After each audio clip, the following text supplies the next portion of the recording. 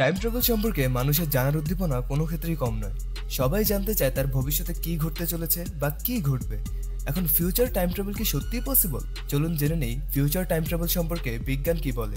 বিজ্ঞান বলে যারা ফিউচার টাইম ট্রাভেল করতে চায় তারা তা করতে পারবে, কিন্তু এই ক্ষেত্রে তাদের মানতে হবে আইনস্টাইনের দুইটা থিওরি, যার মধ্যে প্রথমেই আসে থিওরি অফ রিলেটিভিটি। এখন সম্পূর্ণভাবে আইনস্টাইনের এই থিওরি অফ রিলেটিভিটি তো বোঝানো সম্ভব না, যার জন্য দরকার পড়বে আরেকটা ডেডিকেটেড ভিডিওর। কিন্তু সংক্ষিপ্তভাবে যদি বলি, আইনস্টাইন বলে পৃথিবীর সময় এবং মহাকাশের সময় এক নয়, উল্টো যারা স্পেসে থাকে তারা কিছুটা ভবিষ্যৎ ভ্রমণ করে। এখন প্রশ্ন হচ্ছে কিভাবে, বা এর প্রমাণই বা কি?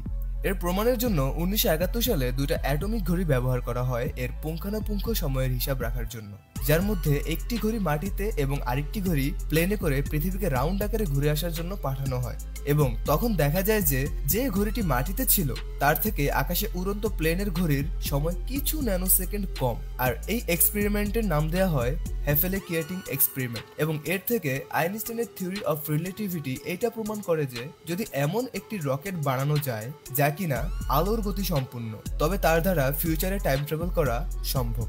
কিন্তু দুর্ভাগ্যবশত এমন কোনো রকেট এখন পর্যন্ত আবিষ্কার করা যায়নি। এখন কথা হচ্ছে, আর কি কোনো ওয়ে নেই ফিউচারে যাওয়ার? কারণ আমরা জানি আলোর গতির ধারে কাছে যাওয়া এক কথায় ধরতে গেলে ইম্পসিবল, তাই না? সো আর কি কোনো ওয়ে নেই? এখানেই আসছে আইনস্টাইনের দ্বিতীয় থিওরি, তা হলো গ্র্যাভিটেশনাল ফোর্সের ব্যবহার করা।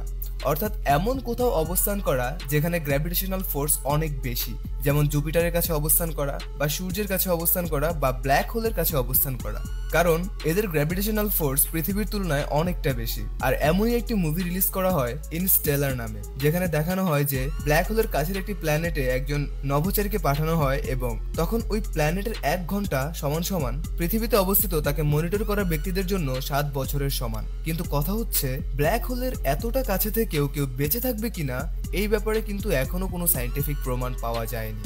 সো ভুলও হতে পারে।